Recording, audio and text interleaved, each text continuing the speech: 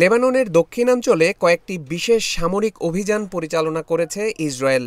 অভিযানে হিজবুল্লাহর অবকাঠামো ও অস্ত্র মজুদের ডিপো ধ্বংসের দাবি করেছে ইসরায়েলি প্রতিরক্ষা বাহিনী আইডিএফ।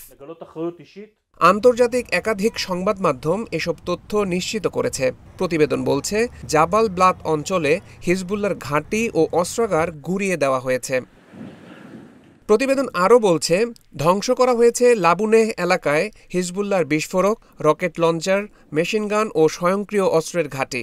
একই এলাকায় সশস্ত্র গোষ্ঠীটির মাটির নিচের অস্ত্রাগার নির্মূলেরও দাবি করেছে আইডিএফ। এর আগে ইসরায়েল হিজবুল্লাহর মধ্যে যুদ্ধবিরতি কার্যকর হয় 2024-এর নভেম্বরে, যদিও দেশটির 5টি কৌশলগত অঞ্চলে আইডিএফের উপস্থিতি ছিল।